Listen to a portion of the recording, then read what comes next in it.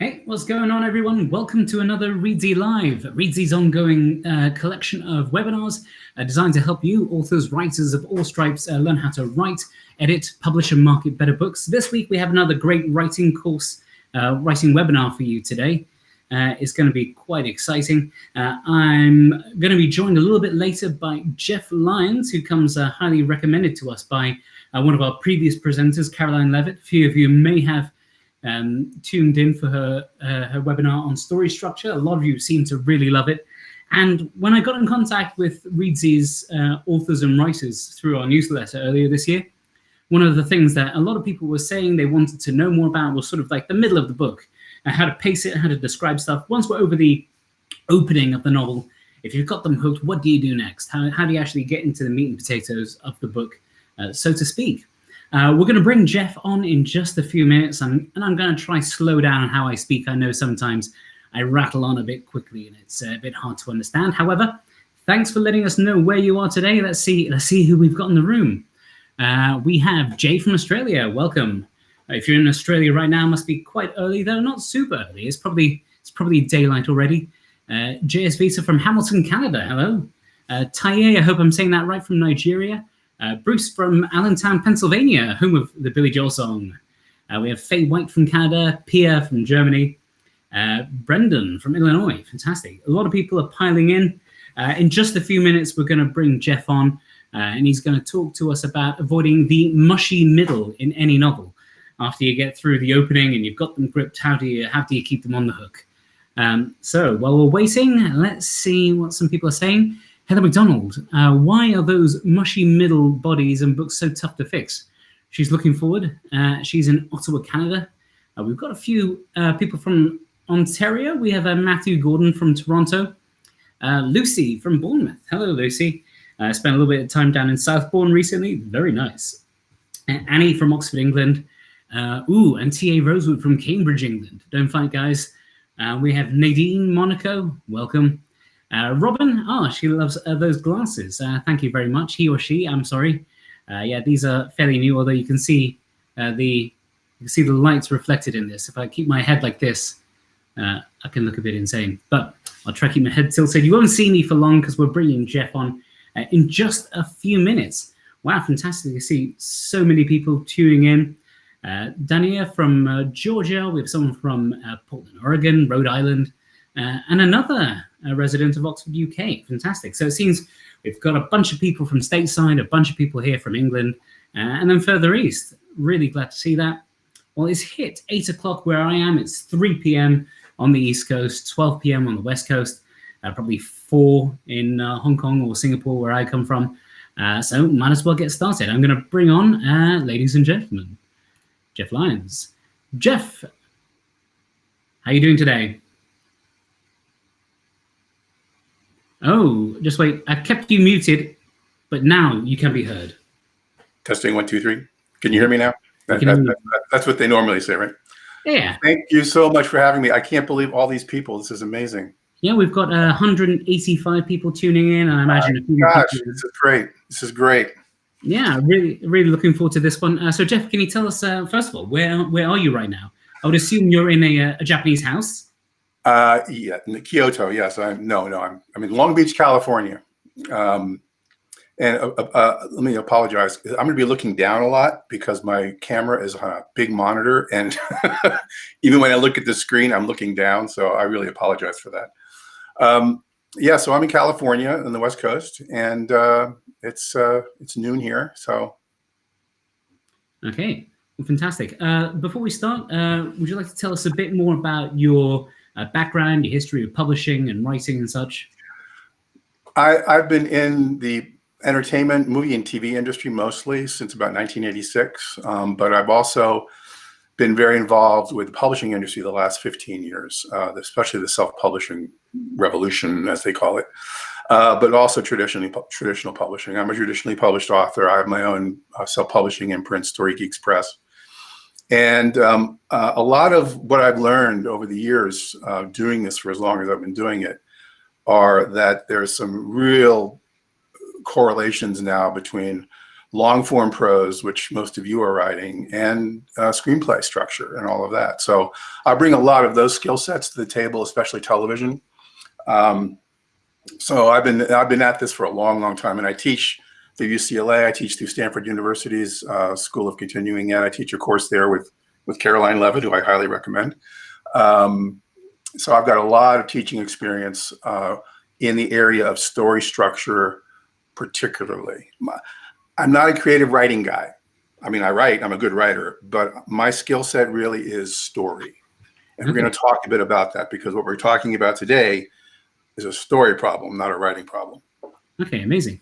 Before I let you go, a few things just to let you know about. We're going to be using a bit of a PowerPoint presentation. Jeff's kindly allowed us to share this with you. I don't have the links for it right now, but if you've subscribed, if you signed up for this webinar on Eventbrite, I'll be sending around an email on Friday with links to all of these, as well as a couple of other resources that Jeff is going to share with us. So that's exciting. If you're not signed up, don't worry, just go to blog.reedsy.com/live, and on Friday you'll see it all there as well. Yeah, and then we're also going to have a Q&A at the end, so if you have any questions, feel free to dump them in the comments just now. If it's relevant to what we're talking about, I'll put it up. If not, I'll try to dig it out back at the end.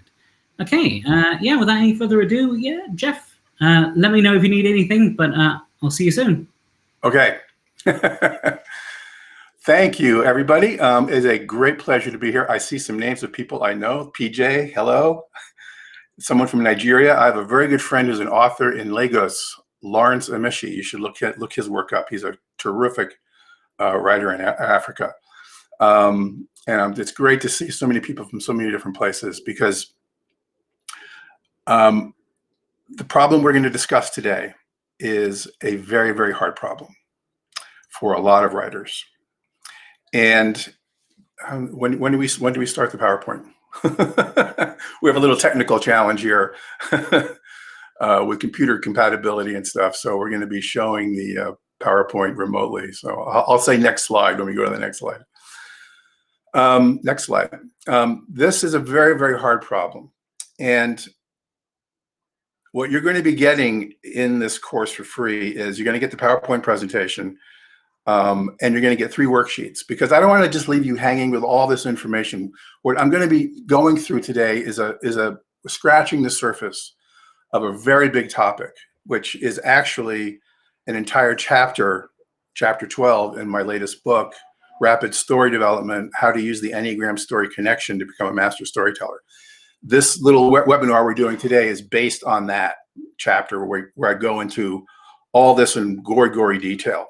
But again, I don't want to just throw all this information at you and just kind of leave you hanging. So I'm giving you some tools that you can use, including this PowerPoint and the webinar you'll have, which you can go back and listen to, and then use the tools in conjunction with over and over and over again. And you will actually have a process you will be able to take away with you and learn. If you don't ever buy my book, that's fine. I'm not pushing the book.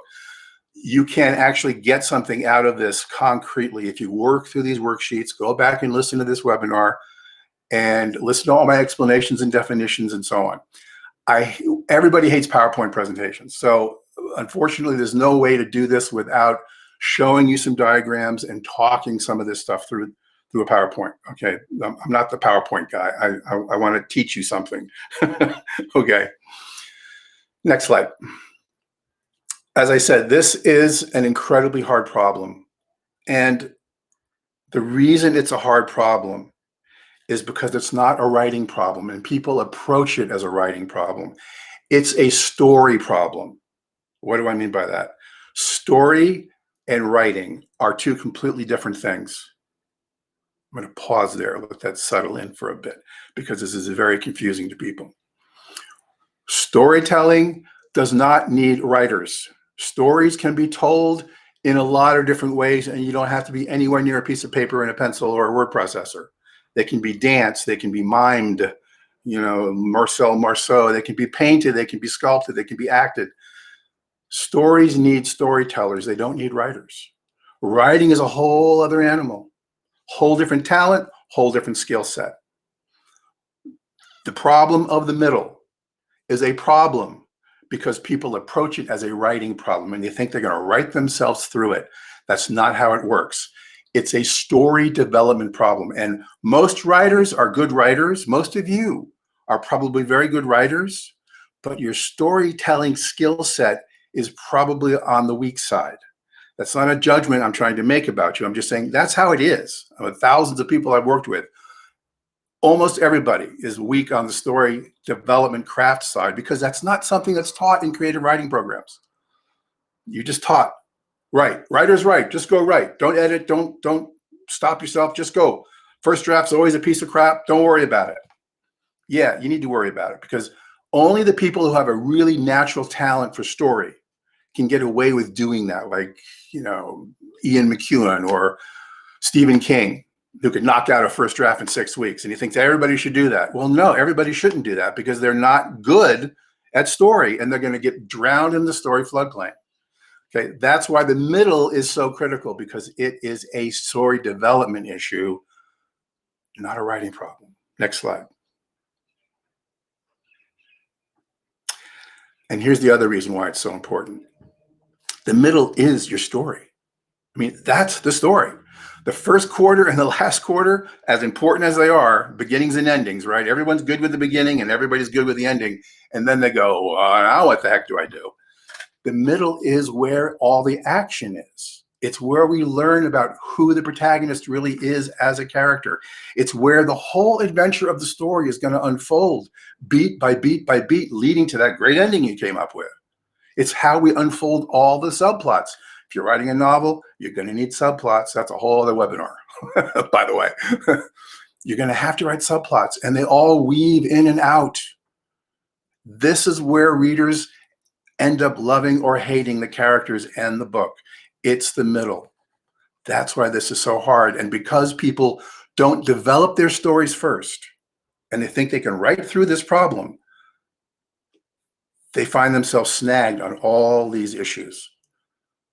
If you don't develop your story, you will not have a good middle. So what will you have? Next slide. Let's define this thing you're going to end up with. What does mushy mean? You're going to end up with episodic writing. Okay, what does episodic writing mean?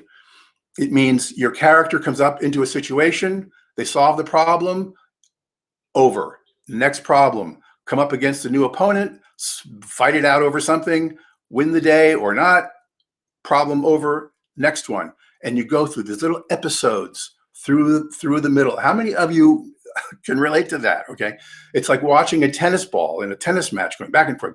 You don't ever spend enough time in any one episode to really get invested as a reader. And this is also a problem with how you have disconnected subplots, because you have all this episodic writing filling in for a stream of narrative that should be one long through line, which you can only get by planning it out structurally.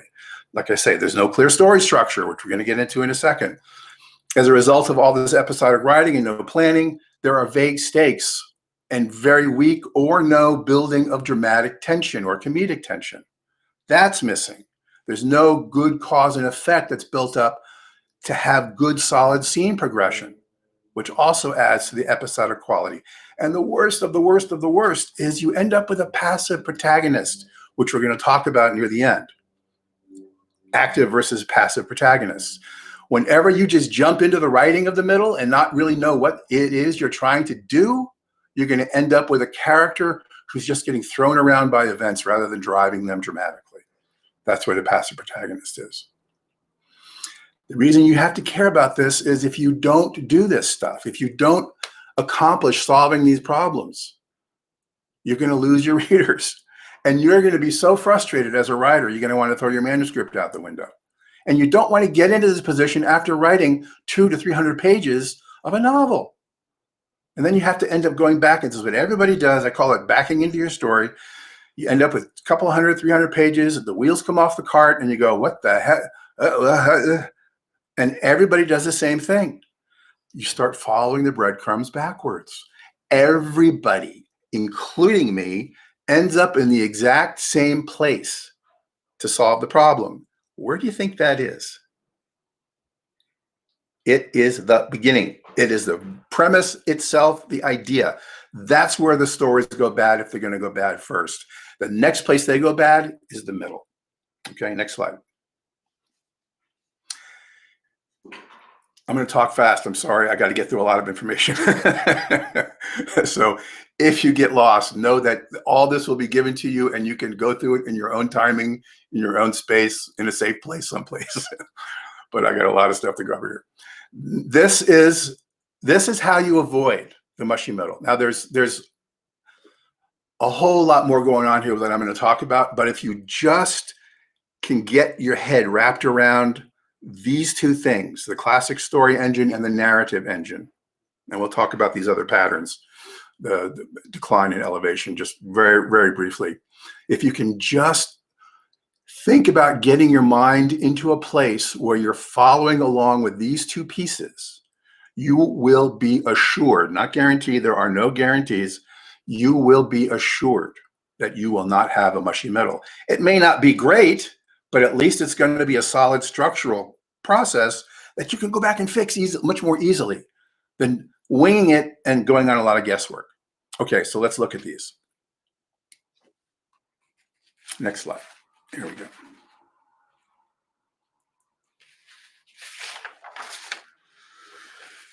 Okay, first one is the classic story engine. This relies on classic story structure principles. If you do not know story structure, go learn it. From me, I've got a whole book on it, Anatomy of a Premise Line, or from anybody else you want. I don't care where you go. Learn classic story structure. What do I mean by classic? The story guru zoo is very crowded right now and very loud. There's a lot of noise out there, a lot of snake oil. Throw a stone, you're going to hit somebody teaching some process. What I have tried to do over the years is take the 5 or 7 most common story structure pieces that everybody talks about, regardless of the proprietary language, and hammer that down into a workable idea of structure that is common to all stories, because that's what's happened. Everybody who teaches this stuff is all teaching the same basic stuff. Okay. Oh, push my book again. Anatomy of a Premise Line. That's the one you need to get. Thank you. Everybody's teaching the same basic ideas. And then it gets all noisy and frantic because everybody's adding all their proprietary stuff on top of it. Okay. And it gets very confusing. So this is just the nature of the beast. You're going to have to kiss a lot of frogs to find your prince. Okay. And that's okay. I mean, that's good with therapists. It's good with new cars, all that kind of, it's a good strategy. My motto is listen to everyone, try everything, follow no one. You are your own guru. This is on you. This is your responsibility to learn this stuff. Nobody else is going to do it. You've got to do it. But it's out there. It's absolutely out there. Well, can you keep that slide big? Yeah. Okay. So let's go through this slide real quick, because this is what almost everybody who talks about the middle of a book or a story talks about, is this piece.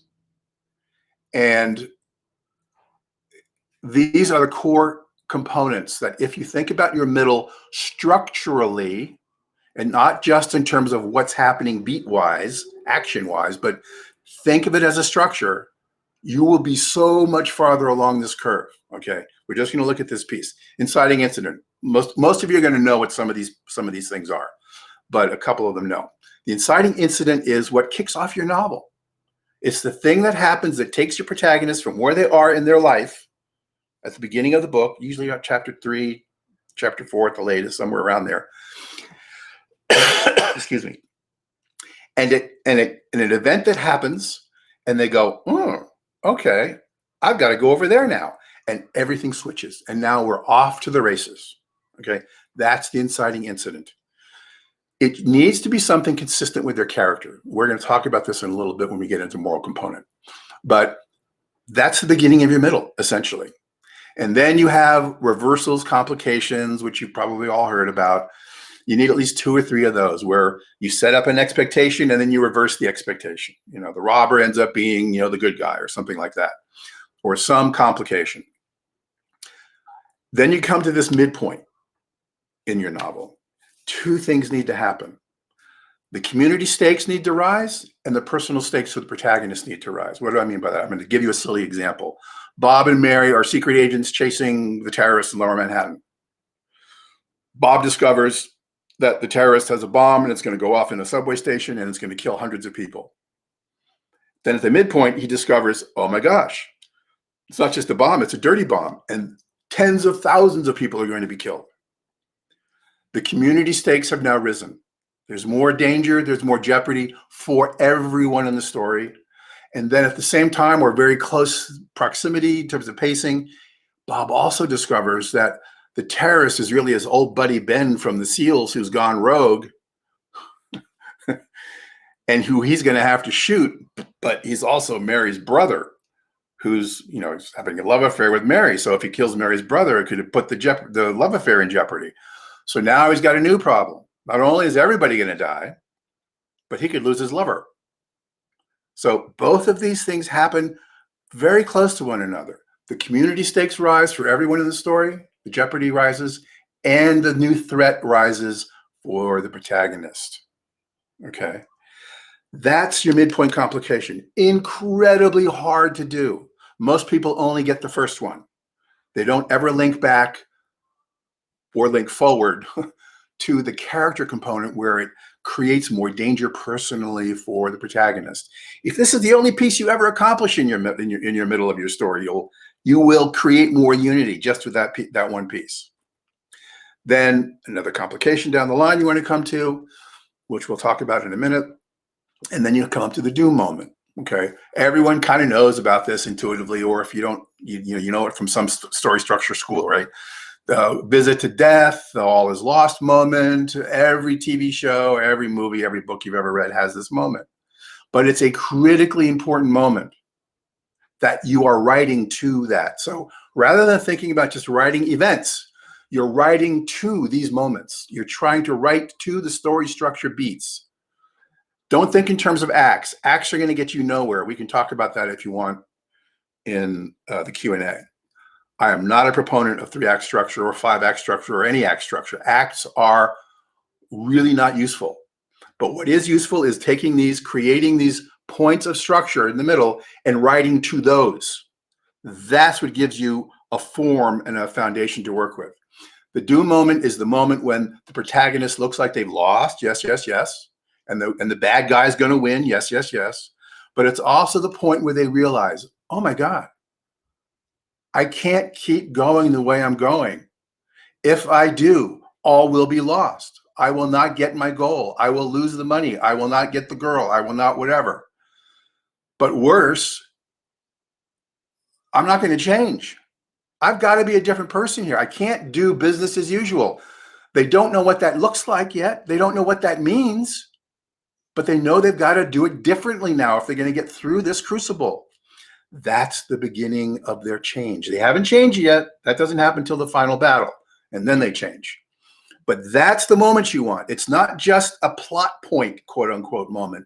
It's a character moment where they have their first inkling. Oh my God, things have to be different. I've got to be different, but I don't know what that means, so I've got to figure it out. That's when lots of other things can happen. But that's the classic story structure middle that most people talk about. That's what most people have in their books when they write about this. That's what they talk about.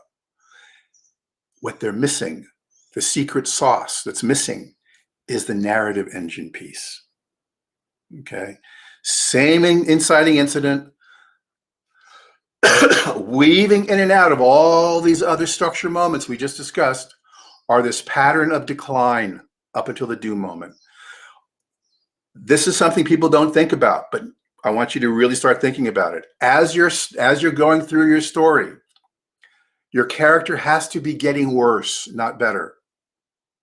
Worse can mean many things. It just might mean that they're getting more emotionally distant, or it means that they're, killing babies. It could be any kind of gradation, but they are not acting in a moral way, and they're in their fear mode. Okay. Then they come to that doom moment. They realize, oh my God, things have to be different. I have to be different. That's that pattern of elevation. They start climbing out of the emotional hole. They come to the truth moment where I have to change now. I know kind of what I have to do. I see who I've been. I see what I could be. What do I want to do? Michael Corleone picked the bad side. He went on to the dark side. He became the devil, okay, in The Godfather. You don't have to have a happy ending, but it is this narrative engine that's so critical. And it's 22 minutes after, so I gotta talk fast. Whoops, almost knocked my thing down. So let me talk about now what it is that's actually operating during this middle component. Go to the next slide. The thing that's driving all of this is this thing called the moral component. Okay, Caroline talks about it in her webinar on structuring your novel. She talks about the moral flaw. Everybody talks about the moral flaw, but they don't tell you, what the heck this thing is and how you can get one. It's made up of these three things: moral blind spot, immoral effect, dynamic moral tension. The blind spot, and we all have blind spots. They're behaviors that we carry out day to day that we don't see, but everybody else sees. They're blind spots. We're blind to it. A moral effect is how we're carrying that blind spot out in the world in behavior that's hurting other people. That's the immoral effect. The effect of our blind spot is we're acting not in a nice way in the world. The dynamic moral tension is the story is constantly giving the character an opportunity to change, but they always make the bad choice. Okay, you've been being a real jerk here for 150 pages. You want to change now? Nope, can't do that. They haven't changed yet. They haven't gotten to that doom moment. So they're going to make a new choice out of that blind spot that's going to now create a new problem that will raise stakes. This is how you raise stakes in your stories. Every time they make a new choice to do something, it creates more problems for them because they haven't figured out what's motivating them. Perfect example I'm going to go through real quick is The Verdict, the movie The Verdict, even if you haven't seen it. Ambulance chasing lawyer outside of a funeral home, takes a swig of booze, goes inside, starts hanging out his card. Sorry for your loss. Sorry for your loss. They finally figure out this guy doesn't belong there and they kick him out. Okay. We see immediately how he's hurting other people. Okay. He's taking advantage of their pain. He's using them to get what value he can get out of them. And this is the same thing you do with your protagonist in your story. Once you know how they're acting badly in the world, what they're doing to hurt other people, you go, what would that person have to believe about people in the world to justify acting that way? Frank, in The Verdict, sees people as worthless and valueless, or they're real close to it. So he's taking and preying on them. He's taking advantage of them and preying on them because his worldview is people don't really have a whole lot of worth.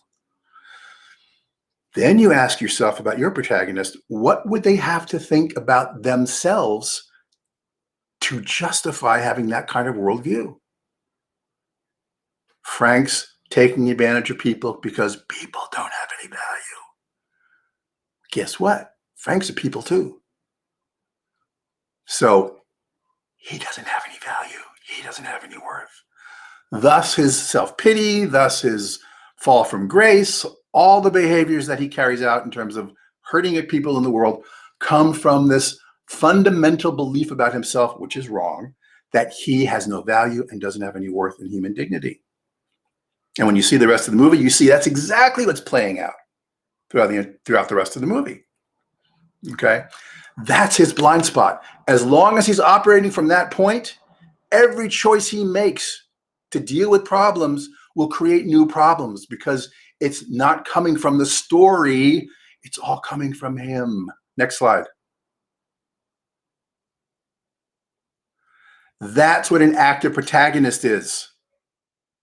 Okay, you can't really read this very well, but they have a blind spot. They're acting badly in the world, the immoral effect. That action creates a problem that they have to solve. They proactively make a choice to deal with it, but it creates a new problem, what I call proactive effect, a new problem. Okay, am I okay? No, I'm not. I'm going to go back and I'm going to make a new choice. Creates a new problem. Bloom, bloom, bloom. It's an engine that's constantly ratcheting up the drama for your character, all coming from the blind spot, all coming from them. They're actively creating their own hell. Okay. At some point, that truth moment, they go, okay, I can't do this anymore. They change. a new immoral effect, but it's actually a moral one to the left there, and the story's over. Or they go in the opposite direction, like Michael Corleone. No, I'm going to go deeper into my blind spot because I cannot see the truth here, and I'm terrified I'm going to get even worse now. Story over. Okay, but that's the engine I'm talking about. This character piece, this moral component, that is the narrative driver for the middle of every story. As long as your character is creating their own problems because of that moral blind spot that they've got to heal at the end and change, then you're going to have story beats in the other structure that are going to make dramatic sense and not just be stuff you're throwing in there because stuff has to happen. There's going to be a character basis for it. I hope this is making some sense. Next slide. This is what you have if you don't have an active protagonist. Problem, predicament, mystery. They make a choice. They do something. Is the problem solved? No. Next problem. Deal with it. It's a very this is the character who's a character with a leaf on the wind, getting pushed by events, and is basically just solving problems. They're not generating the dramatic interaction. They're reacting to a world that is pushing and forcing them to be active. They're not the ones driving the action. This is what I call a situation, not a story. This is what most people write. This is what most movies are. Not bad, not wrong, but not stories. Okay, it's a whole other conversation about how you have to deal with that. But understanding why the middle falls apart is because so many of the protagonists you write are passive characters. So they're always just coming up against problems, and you get episodic and you have the problems of the middle. But when they're connected through that narrative driver of the moral component, then your classic story structure is going to have a weave that goes through that's consistent and moves. Next slide. Oh, by the way, I see a little note here on short stories. It doesn't matter whether you're writing a 30-second TV commercial or Gone with the Wind or something that's 5,000 pages long. A story is a story. As long as they've got the components that make up a story, they will have these components in place. With short stories, you start as close to the end as you can, right? But you're going to have the same structure. There's going to be a desire line. There's going to be an opponent. There's going to be a dramatic question. There's going to be a growth moment, unless there isn't. Not every short story is a story. One of my favorite stories is the guy who wrote Ulysses. Oh my gosh, the Irish writer. I'm blanking. Finnegan's Wake. One of the greatest short stories ever written is The Dead. And the ending is, it's very quiet. It's the epiphany, the awareness of self that happens at the end. James Joyce, thank you. Thank you, Sheila. That's why short stories are so much fun, because they're so compressed, but you can do all this stuff in a short story that you can in a big novel. Okay. But in a novel, you've got the space. You can breathe. You can have subplots. You can have lots of characters. They're just so much fun for writers. Okay, back to the slides. So, summary. Learn the story engine. Learn the classic story structure piece of this. You can figure that out. You can just get any good structure book. It'll all be there for you. And then look at this, and just these are all the pieces that you need. You can add as many as you want. There's the hero's journey, for instance. It's got the circle with all the steps, blah blah blah. You can do that, but first understand the principles of what's driving the middle of any story. Then you can start layering that over all these other structures. Okay, the hero's journey is really only appropriate for the myth structure. It was created by Chris Vogler, who took it from a mythologist who wrote Hero with a Thousand Faces, Campbell, and based on his monomyth. But it was all about the myth structure, like Jason and the Argonauts. It doesn't really apply to love stories or action movies, or people have tried to layer it over them, but it's not appropriate. But this stuff I'm showing you it relates to every story. That structure, the classic story structure engine, will only be relevant, will only work really, really well and be dramatically satisfying if you can add in that secret sauce of having them decline over the course of the middle and then elevate out based on learning the lesson of their moral component. What are they going to learn about themselves at the end that is going to change them as a person? That is critical. And that's what drives the character component of this across the middle. I know this is a lot. I know it's crazy making, but like I said, you've got the tools now. You've got the assists that we're going to give you. Go to Reedsy, watch this video over and over again.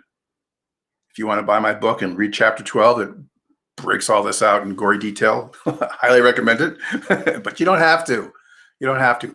This is enough. If you just learn how to grok this, you will be so much happier. This isn't fun. Don't get me wrong. I'm not, I'm giving you the plague. Okay. This is very uncomfortable stuff, but it gives you very clear direction, and it's something you can always build on. And the more you do it, the better you get. The more you do it, the better you get. The easier it becomes, the more intuitive the tools become. You got to use this stuff. I have an ebook on my, I'm going to push this. It's Rapid Story Development ebook number 5 on the moral component, on narrative drive. It's a free ebook. It talks about all this moral component stuff in great detail. Go download that book and read it. It'll be a huge, huge tool for you. And it'll work really well coming back and looking at all this stuff as well. Okay. All right. This is your, can't read this slide. Oh, next steps. Okay. Yeah. This is what I'm saying. Watch the webinar a couple of times. Go back. This is what you can do now. These are your steps. This is your job. Watch the webinar a couple of more times. Fill out the worksheets as best you can. Some of it might not be clear, but that's okay. Just do what you can do. Check out that ebook. It's very, very helpful. Read that chapter 12 if you can. But figure out your story's premise and the moral component of it before you start writing pages to avoid that backing into the story thing. Then you've got hundreds of pages you got to go through to fix. Get the story figured out first. Okay. I know people hate that idea. Oh, the muse will be upset, because my creativity will be so affected because I won't be all spontaneous. Just the opposite is true. Writing is a reductive activity. I'll say that again. Writing is a reductive activity. The idea is to eliminate your choices, because if you have nothing but choices, you will never get anything written. The key is to make the right choices. That's what story structure helps you do. That's what the moral component helps you do. Okay, I'm done. Q&A time. For all of you saying thank you, thank you, thank you. You are very, very welcome. You are very, very welcome. You are very, very welcome. Hey, Jeff. I want to extend my thanks as well. That was incredible. For you guys, I'm going to try and get the link for a few of Jeff's books there. Oops, haven't got it. However, if you're all registered to the webinar, I'll be sending around all the links and everything on Friday. If you just search for Jeff Lyons on Amazon, you'll be able to find his book, Anatomy of a Premise Line, which I've linked to just in the comments there. There's a lot of great resources. And as Jeff mentioned, there are a couple of worksheets you can use to work through this as well. You can rewatch this. Once I edit it on Friday, there'll be a transcript as well. So if you're tired of seeing and hearing us, you'll be able to read through it again for yourself. Jeff, before we hit the Q&A, and please do send your cues in for us to answer. Could you just let us know? Some great questions, yeah. There's some great questions going in. As you're a new editor here on Reedsy, what sort of projects would you be looking for to work with some of these authors? I work in all genres. But the thing to understand about me is I don't operate the same way most editors do. They want to read your manuscript. I don't. Not because I think you're a bad writer, but because, especially first-time novelists, the chances of you having a solid manuscript are between nil and none. I'm just telling you my experience with this. And looking at your pages is just going to waste your time and mine. We need to sit down, work out your story, figure out the structure, give you a rewrite strategy to go back and fix the book. Then any money you spend on further editing and all of that will be much more better spent. You know, I do a premise evaluation with folks, and I work with them, and I coach them through the redevelopment process of their structure. We get a premise that's really clear. We do a long synopsis of like 40 pages where it beats out all the core stuff that we've talked about structurally. You take that and you translate that into the book. And it works beautifully.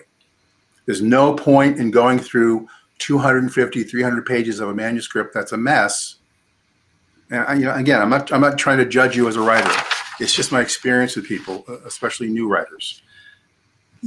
You're just throwing money away, because any developmental editor is going to tell you the same darn thing. They're going to say, they're going to teach you story structure.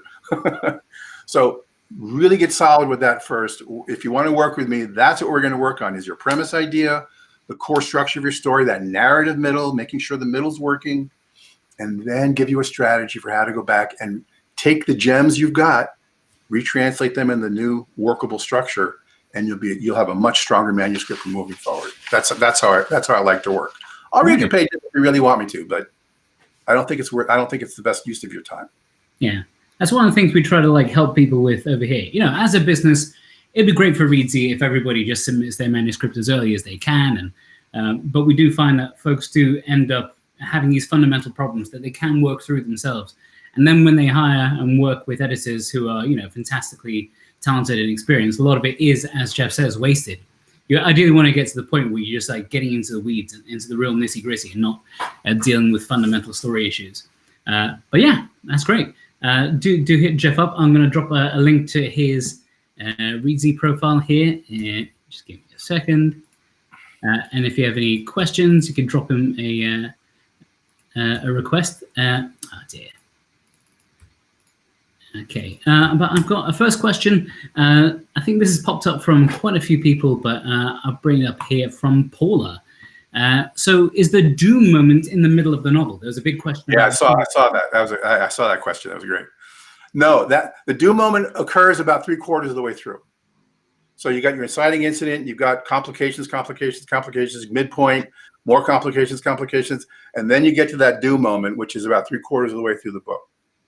And then the last quarter of the book is a dead run to the end, where it's, leading up to that final battle, which is like the last 10, 20 pages, and then the resolution. And we see at the end how the character changes. You don't just want to say, and then a really nice thing happens to the character and they live a happy life. No, if they change, what does that look like on the page? How do we know that?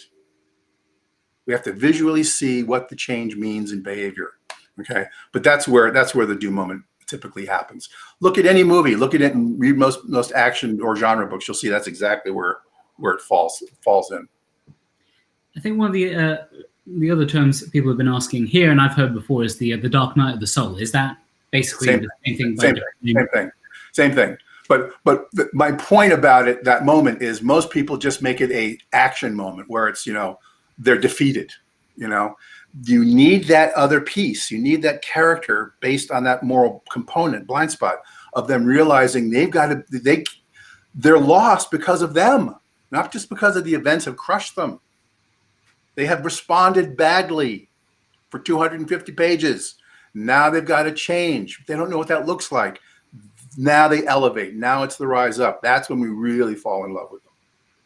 I've got another question that was also asked in a variety of ways. Linda asks, how do you work through this in a trilogy? Yeah, great idea. Book series. Every book in a series should stand alone, right? So all this stuff applies to each individual book. But one of the things I teach is that, and this is something you can learn from TV writers, with TV series, is you need a premise line, you need a premise structure for the whole series. You need one for the whole series of a book. So you'll do a premise evaluation or a premise line. Premise line for me is the entire structure of your story in 1 or 2 sentences. And it's a process that I teach in Anatomy of a Premise line of how you can get there. And it's got the entire structure of your story, very high level, but you see the beginning, middle, and end and how the story is going to flow. Each book has one, and the series as a whole has one. That's how this works for series or trilogy or more books. Okay, so you've got the overall container, that has the big overarching threat, the White Walkers, right? Covers all the books, and then you've also got each book stands alone with its own structural integrity. So would you effectively, if you have one protagonist running through them, be looking for some sort of fundamental flaw or moral issue that they deal with that one? So like, yeah, one character would be like, obsessed entirely with stasis in the first one, and the second one, he could be. Here's the trick. They can't change yet. As soon as the character changes, the story's over. Your series is dead. Homer Simpson has moments over the last 20 some odd years where he goes, oh, I'm an adult. I've got a family that loves me. I'm the luckiest guy in the world. And then he goes off and he eats a, stick of butter wrapped in bacon, and it's like, oh, Homer, why'd you do that? Oh my God, you were Joe so close to making a realization. No, they have these incremental changes where we root for them to be a better person and they just don't quite make it, but they've made a little bit of headway. That's one of the reasons Cheers fell apart. When Diane and what's his name got together as a couple, it killed the dynamic that was running the whole show. You can't have your character change dramatically over the course of a series because that's what people really buy into. So you've got to wait till the last book of the series to have them really change or die or whatever you're going to do with them, to do to them. But they need that moral component. They need that moral flaw. And in each book, a different aspect of it is challenged. If they're control freaks, they get pushed in new ways by different characters and different opponents. And then we get new windows into them. And we can see them incrementally change and get better. But, that's where it gets tricky, with a series. Great. Yeah, I think that covers a lot of the questions we had about how, these sort of structures work within a series. Laura Lanford asks, you mentioned earlier these story structures won't work for some genres. Can you elaborate why? They'll work with every genre. Doesn't matter. This is not genre dependent. If it's a story, every story has structure. If it doesn't, it's not a story, it's something else, which means it's a situation. Think the classic example of a situation is the 20-something teenagers caught in the cabin in the woods and the monster's outside going to kill them. No one's going to have big moments of revelation. No one's going to have that, oh my gosh, come to Jesus moment where it's like, yeah, I realize I've squandered my life. No, the only question is, who's going to get out alive? How bloody is it going to get? It's a situation that's got to be solved, and that's it. That's a situation. Lots of movies have that setup. They are great fun. Nothing wrong with that, but it's not driven by characters who are facing moral challenges. It's a different thing. Requires a different approach to writing. Okay, so did I answer your question? I think pretty much, yeah. It is storytelling, I guess. I think I missed the part where you said that it didn't work for some genres. Well, I said I was suggesting that mythic structure might not apply, but right. It does apply. Greek myths are great because talk about moral components. I mean these are horribly flawed human beings and gods. they got a lot of lessons to learn, right? It's a question of how you write them. That's what people get. That's the episodic nature of myth. It's opponent, solve that, beat that opponent, next one. Jason and the Argonauts goes through all these fights, the Minotaur, the Furies, this or that, finally gets to the Golden Fleece. That doesn't work for all stories though. That's what doesn't work, not classic story structure. Okay, we've got a question here from Maureen. What do you think of using in media res at the start of a dramatic moment? Other people have asked this, the idea of starting in the middle of the action, maybe for the opener, and then flashing backwards, I guess. Perfectly fine. I mean, that's a writing technique. That's not a story. That's not a story technique. That's your way in. The structure will still be there. You know, the movie Momentum. Was it Momentum? Memento. Memento. Yeah, thank you. Memento was crazy mixed up structure, right? When you looked at that movie, it was like, you know, past, future, future, past, present. That was written in a linear way. My understanding is that, you know, Christopher Nolan actually wrote it out in a very linear way and then began mixing up and playing with the timeline. So that's a writing technique that can be very powerful. It all depends on you and how you want to tell the story. All right. Carol asks, how might this advice on story differ if a novel has a dual timeline? I guess that means like they have alternating chapters. One happened in 32, the other one in 1980. Yeah, one of my favorite books that follows that model is The Eight. I forget the author's name, a woman who wrote it. She was a computer programmer back in the 1980s. She wrote this great book set in the current day with a mystery, and then also had a parallel timeline going in like the 1500s or 1700s or something with Richelieu and all these great figures from the past. And these two parallel timelines ended up dovetailing at the end in a really powerful way. When you have those two dual timelines, they've got to meet at some point. There's got to be some impact and one of them is the core line story, by the way. And that's usually the more present timeline. But if you've got two dueling timelines, one of them is your core line. The other one has to weave in and out of it, and then at some point impact it in a very powerful way that impacts and changes what happens in the mainline story. That's one of the fundamental principles of a really powerful B-line subplot. You know, you can have it going on in the background, but it's got to come back and affect the mainline story. Okay. We have a question here from Rick. Is there anything wrong with just having a situation as an entire short story? So I guess using the example you gave. No, there's nothing wrong with having situations at all. I mean, writing, this is the difference between storytelling and writing. Writing is about language, rhetoric, rhythm, the musicality of words, and its ability to convey thought, feeling, and ideas. Those aren't stories. Those are thoughts, feelings, and ideas. You know, poetry, okay? So nothing wrong with just wanting to convey a moment or a feeling or an emotion or a setup. Nothing wrong with that at all. My point about situations and stories isn't that one's better than the other. My point is be a conscious writer. Know what it is you're writing, know why it is you're writing it, and know how you're going to write it. Don't just buy into the Kool-Aid of the creative writing world that says just do it, because that's what writers do. It's the worst possible advice you could possibly take as a writer. Know what it is you're doing, why you're doing it. Like Picasso said, know the rules like a pro so you can break them like an artist. You know, and there are no rules, by the way, but the sentiment I totally agree with. Angelica asks a slightly fiddlier question. What about ensemble casts where there isn't a clear main character or there are several of them? Like I guess Song of Ice and Fire. Yeah, wow. Great question. I happen to have an ebook. Ebook number 4, where I talk about how to write large casts, and I go into ensembles versus teams.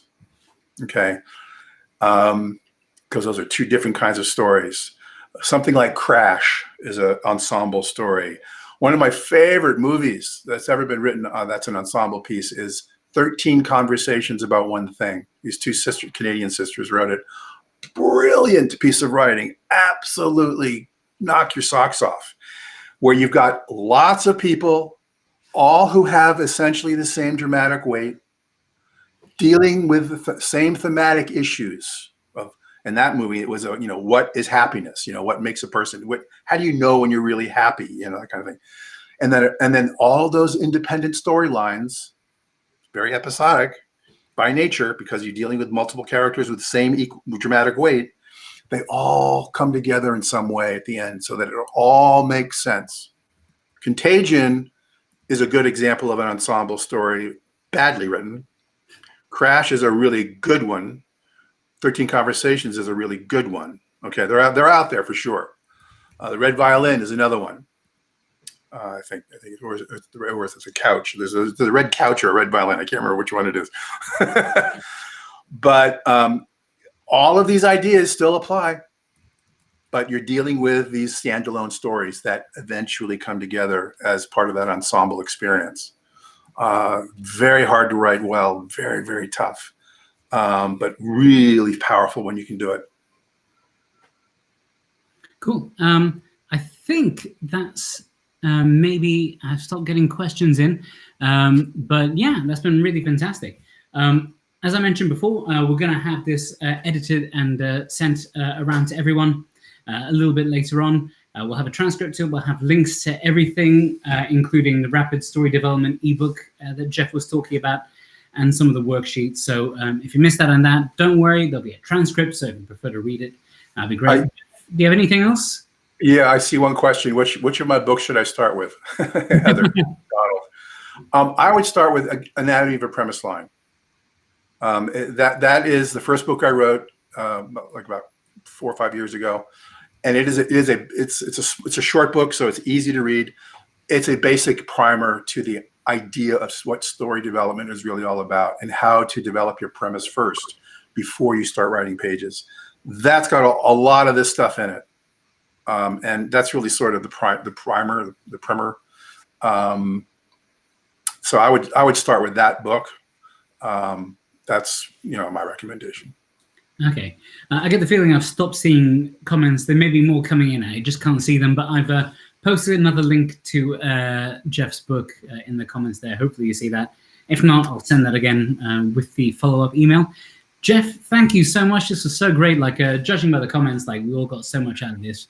It's always a different way to look at story, and I think a lot of folks will be running to their keyboards straight after this. We'd love to have you on again at some point in the future. I'm sure I'll be in touch very soon. But yeah, until next time, thank you everyone for joining us today. Thank you again to Jeff. See you all soon.